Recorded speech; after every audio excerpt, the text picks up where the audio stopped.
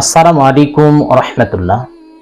আলহামদুলিল্লাহি ওয়াহদা ওয়াসসালাতু ওয়াসসালামু আলা মান লা নাবিয়্যা বাদা। সম্মানিত দ্বীনী ভাই ও বোনেরা, আজকে আমরা জেনে নিব কুরবানির সঠিক ইতিহাস সম্পর্কে। এই মর্মে আল্লাহ পাক রব্বুল আলামিন সূরা হজ্জের 34 নম্বর আয়াতের মধ্যে ঘোষণা করলেন যে ওয়ালিকুল্লি উম্মাতিন জাআলনা মানসাকা। আল্লাহ পাক রব্বুল আলামিন ঘোষণা করলেন যে আমি প্রত্যেক জাতির জন্য, প্রত্যেক উম্মতের জন্য কুরবানির বিধান নাজিল করেছি। কেন নাজিল করলাম? লিয়াজকুরু ইসমাল্লাহ, যাতে করে তারা এই কুরবানির মাধ্যমে আমাকে স্মরণ করতে পারে। সুবহানাল্লাহ, সুবহানাল্লাহ। তাহলে এর মাধ্যমে আমরা বুঝতে পারলাম, এই আয়াতটার মাধ্যমে আমরা এটাই জানতে পারলাম যে এই কুরবানি এটা নতুন কিছু নয়। এই কুরবানি শুধু উম্মতে মুহাম্মদের জন্য নয়, যুগে যুগে যত নবী এবং রাসূল এসেছিলেন, যুগে যুগে যত উম্মত এসেছিলেন, যত জাতি এসেছিলেন, প্রত্যেকের জন্যই এই কুরবানির বিধান ছিল। যেমন কুরবানি শুরু হয়েছে আমাদের আদি পিতা আদম আলাইহিস সালাম থেকেই। কিভাবে? আদম আলাইহিস সালামের যুগে সেই সময় তিনার আশেপাশে কোনো পরিবার ছিল না। আম্মা জান হাওয়া আলাইহিস সালামের পেট থেকে প্রত্যেক বছর জোড়াই জোড়াই সন্তান হতো, একটি করে ছেলে, একটি করে মেয়ে। কাবিলের সাথে জন্ম নিল ইকলিমা, হাবিলের সাথে জন্ম নিয়েছিল রিওয়াজা। কাবিলের সাথে যেই মেয়েটা জন্ম নিয়েছিল ইকলিমা, সে দেখতে অনেক সুন্দরী ছিল। হাবিলের সাথে যেই মেয়েটা জন্ম নিয়েছিল রিওয়াজা, সে একটু দেখতে অসুন্দর ছিল। তো সেই যুগে অন্য কোনো পরিবার ছিল না, তাদের মধ্যে করস পদ্ধতিতে বিবাহ বন্ধনে আবদ্ধ করে দিত। আগের বছরের ছেলে পরের বছরের মেয়ে, পরের বছরের মেয়ে আগের বছরের ছেলে, এইভাবে করস পদ্ধতিতে তাদের ভাই বোনের মধ্যে বিবাহ বন্ধন করে দিত। এই সিস্টেম তাদের মধ্যে ছিল।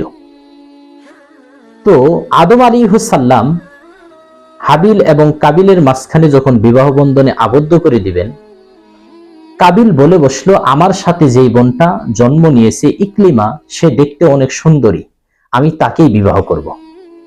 আমি রিওয়াজাকে বিবাহ করব না, কেন? ও অসুন্দরী। যখন এইভাবে কাবিল বারবার জিদ করতে শুরু করে দিল, এবার আদম আলাইহিস সালাম হাবিল এবং কাবিল দুই ভাইকে ডেকে বলল যে তোমরা আল্লাহর জন্য কুরবানি উৎসর্গ করো। যার কুরবানিটা আল্লাহর কাছে গ্রহণযোগ্য হবে, যার কুরবানিটা আল্লাহর কাছে কবুল হবে, তার কাছে আমি সুন্দরী মেয়ে ইকলিমাকে বিবাহ দিব। এবার হাবিল আর কাবিল দুনু ভাই আল্লাহর জন্য পাহাড়ের উপর কুরবানি উৎসর্গ করলো, কুরবানি উপস্থিত করলো। আর সেই সময় সিস্টেম ছিল আকাশ থেকে আগুন এসে যার কুরবানিটা কবুল হবে, আকাশ থেকে আগুন এসে খেয়ে যেত। তো হাবিলের কুরবানিটা আকাশ থেকে আগুন এসে খেয়ে গেল, কিন্তু কাবিলের কুরবানিটা আকাশ থেকে আগুন এসে খেয়ে গেল না। তার মানে হাবিলের কুরবানি কবুল হলো, কাবিলের কুরবানিটা কবুল হলো না। কাবিল লজ্জায় পড়ে গেল। লজ্জায় পড়ে গিয়ে সে বলল যে আমি কিভাবে আমার পিতার সামনে আমি মুখ দেখাবো? হাবিলের কুরবানি কবুল হলো আর আমার কুরবানিটা আল্লাহর দরবারে কবুল হলো না। এবার এই রাগে, এই লজ্জায় পড়ে কাবিল হাবিলকে বলল, আক্তুলান্নাকা, আমি তোমাকে হত্যা করব। এবার হাবিল তার ভাই কাবিলকে বলতেছে, আশ্চর্য ব্যাপার, তোমার কুরবানি কবুল হওয়া আর না হওয়ার ব্যাপারে এতে করে তো আমি আল্লাহকে নিষেধ করি নাই, তো তুমি আমাকে হত্যা করবে কেন? কেন তুমি আমাকে হত্যা করবা?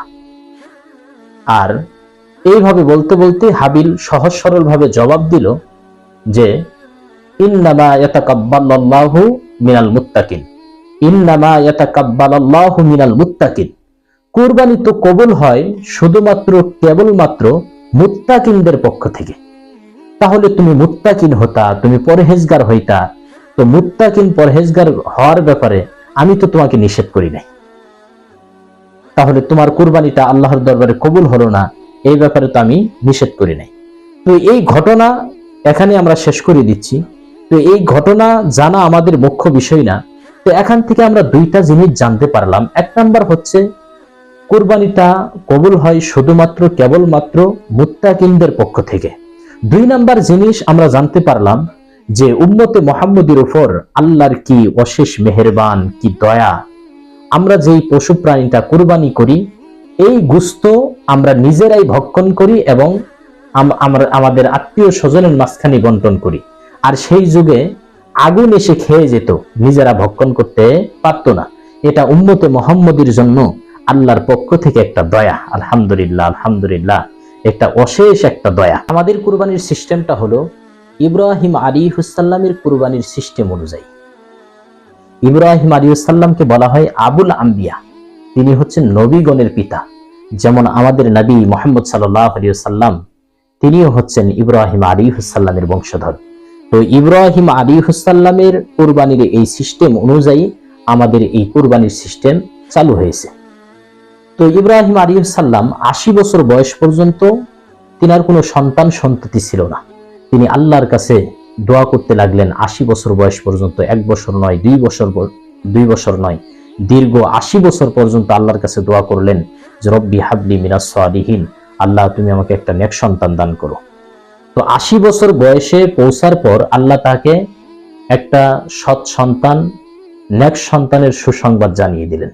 আল্লাহ বললেন যে ফাবাশশারনাহু বিগুলামিন হালিম, ইব্রাহিম আমি তোমাকে ধৈর্যশীল নেক সন্তান, সুসন্তানের একটা সুসংবাদ জানিয়ে দিলাম।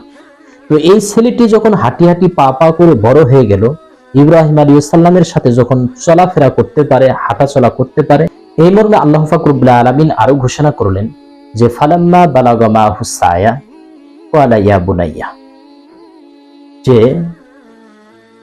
আল্লাহ পাক রব্বুল আলামিন ঘোষণা করলেন যে যখন এই ছেলেটি বড় হয়ে গেল, তার ছেলে ইব্রাহিম আলাইহিস সালামের সাথে চলাফেরা করতে পারে এমন বয়সে যখন উপনীত হলো, তখন আমি আল্লাহ পাক রব্বুল আলামিন ইব্রাহিম আলাইহিস সালামকে স্বপ্নে দেখালাম। তিনি একদিন স্বপ্নে দেখলেন, দেখার পরে ছেলেকে বললেন ইয়া বুনাইয়া ইন্নী আরা ফিল মানামি আন্নী আযবাহুকা, আমি স্বপ্নে দেখলাম আমি যেন তোমাকে জবাই করতেছি। ফাংজুর মাযা তারা, এই ব্যাপারে তোমার অভিমত কি, তোমার মতামত কি? তখন ছেলে বলল ইয়া তিফআল মা তু'মার সাতাজিদুনি ইনশাআল্লাহু মিনাস সাবিরিন, হে পিতা, এটা যেহেতু আল্লাহর পক্ষ থেকে আপনাকে আদেশ করা হয়েছে, আপনার আদেশ আপনি বাস্তবায়িত করুন, আমাকে ধৈর্যশীল হিসাবে পাবেন। তো পিতা এবং ছেলে তারা দুজনই একমত হয়ে গেল। যেমন উর্দুতে একটা প্রবাদ রয়েছে, বাপ কা বেটা সিপাহী কা ঘোড়া পুছনা হতো থোড়া থোড়া, মানে যেমন বাপ তেমন ছেলে। তো তারা বাপ এবং ছেলে একমত হয়ে গেল। একমত হয়ে যাওয়ার পরে ছেলেকে নিয়ে মিনার ময়দানে নিয়ে গেলেন, জমিনের মধ্যে শোয়াইলেন। আল্লাহ পাক রব্বুল আলামিন ঘোষণা করলেন যে ওয়াতা আল্লাহু লিল জাবিন, তাকে জমিনের মধ্যে যখন চিৎ করে শোয়াই দিলেন, কুরবানি করে ফেলবেন, এমন তো অবস্থায় আল্লাহ পাক রব্বুল আলামিন ইব্রাহিম আলাইহিস সালামকে ডেকে বললেন যে ওয়ানাদাইনাহু আইয়া ইব্রাহিম, হে ইব্রাহিম, তুমি তোমার স্বপ্নকে বাস্তবায়িত করেছো, কদ সাদ্দাকতা রুইয়া, তুমি তোমার স্বপ্নকে বাস্তবায়িত করেছো, আর কুরবানি করতে হবে না। শেষ পরিণাম অনেক লম্বা ঘটনা।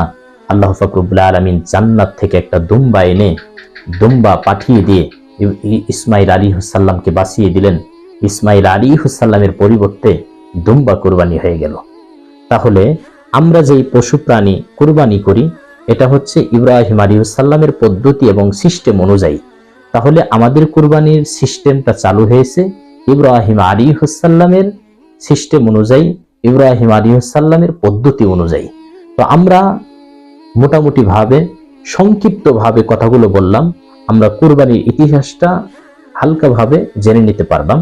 তো আমি আবারও বলছি, কুরবানির ইতিহাস, কুরবানির সিস্টেম, কুরবানির পদ্ধতি, এই কুরবানির বিধিবিধান প্রত্যেক উম্মতের যুগেই ছিল, এবং কি আদম আলাইহিস সালাম থেকে শুরু করে আজ পর্যন্ত এই কুরবানির বিধান চালু রয়েছে। তো আমরা প্রত্যেকেই যারা ধনী রয়েছি সুন্দরভাবে সঠিকভাবে যেন কুরবানি করতে পারি, সেই তৌফিক আল্লাহ দান করুক। সকলে বলি আল্লাহুম্মা আমিন। আসসালামু আলাইকুম ওয়া রাহমাতুল্লাহ।